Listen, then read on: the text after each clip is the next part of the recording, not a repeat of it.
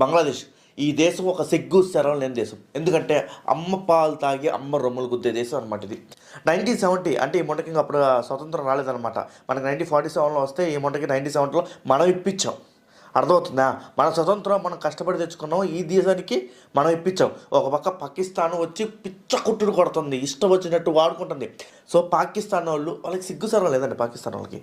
So Pakistan వాళ్ళు పాప అమ్మాయిలు, ముస్లిం అమ్మాయిల్ని ఎంతమంది రేప్ చేశారో తెలుసా? అయితే ఇందిరాగాంధీ అప్పుడు తట్టుకోలేక ఈ దేశానికి స్వతంత్రం ఇప్పిద్దామని చెప్పేసి పాకిస్తాన్ ఆర్మీ ఏడిపిస్తుంటే బంగ్లాదేశ్ కుక్కల్ని మన ఆర్మీ వాళ్ళ ఆర్మీని పిచ్చ కుక్కనట్టు కొట్టి తరమేసి కడ్రాల మీద కూర్చోబెట్టింది పాకిస్తాన్ ఆర్మీని. పాపం వీళ్ళు ఇబ్బంది పడుతున్నారని చెప్పేసి ఆ రోజు ఇండియన్ ఆర్మీ లేకపోతే వీళ్ళ పరిస్థితి ఏంటి? వీళ్ళ పరిస్థితి ఎక్కడో ఉన్న పాకిస్తాను, ఎక్కడో ఉన్న బంగ్లాదేశ్, మధ్యలో ఇండియా.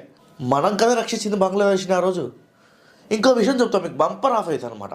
ఎందుకంటే ఇందాక నేను ఒక మాట అన్నది సార్, తల్లి పాలు తాగి తల్లి రొమ్ములో గుర్తున్నట్టు బంగ్లాదేశ్కి ఎందుకు వర్తిస్తుందో చెప్తాను మీకు. ఎగ్జాంపుల్గా 1971లో యుద్ధం చేసిన తర్వాత, దానికి ఫ్రీడమ్ ఇచ్చిన తర్వాత ఇందిరాగాంధీ దానికి డబ్బులు తినడానికి తిండి లేదండి. తినడానికి తిండి లేకపోతే ఆ దేశాన్ని రక్షించింది ఎవరో తెలుసా? మనం అంటే మన ఇండియన్ ఆర్మీ కాదండి.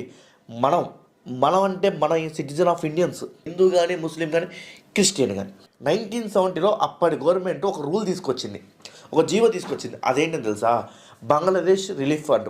దీనికి భారతీయులు ఎంతమంది సహాయం చేశారో తెలుసా? మనం 5 ఏళ్ల పాటు బంగ్లాదేశ్ని ఆదుకోవడానికి మనం ఉన్న ప్రతి ఒక్క వస్తువు మీద, మనం తిన్న ప్రతి ఒక్క తిండి మీద, మనం చూసిన ప్రతి ఒక్క సినిమా మీద, మనం ఎక్కిన ప్రతి ఒక్క బస్సు మీద 50 పైసలు 50 పైసా సర్చార్జ్ చేసింది, ఎక్స్ట్రా ఛార్జ్ చేసింది. మనకేం దూల ఆ దేశాన్ని రక్షించడానికి? మనకేం దూల? అనుకున్నాం, మన తమ్ముళ్ళు అనుకున్నాం కాబట్టే మనం రక్షించాం ఆ రోజు. ఎవ్వడు క్వశ్చన్ చేయాల అప్పుడు.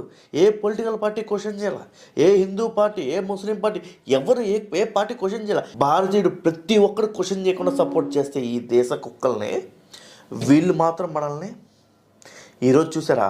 ఇండియా అంట అడుక్కు తింటుందంట బంగ్లాదేశ్ దగ్గర. వీడి కామెంట్స్. సో ఈ కుక్కల్ని ఏమనాలో ఒకసారి మీరే ఆలోచించండి. కింద కామెంట్ బాక్స్లో కామెంట్ చేయండి.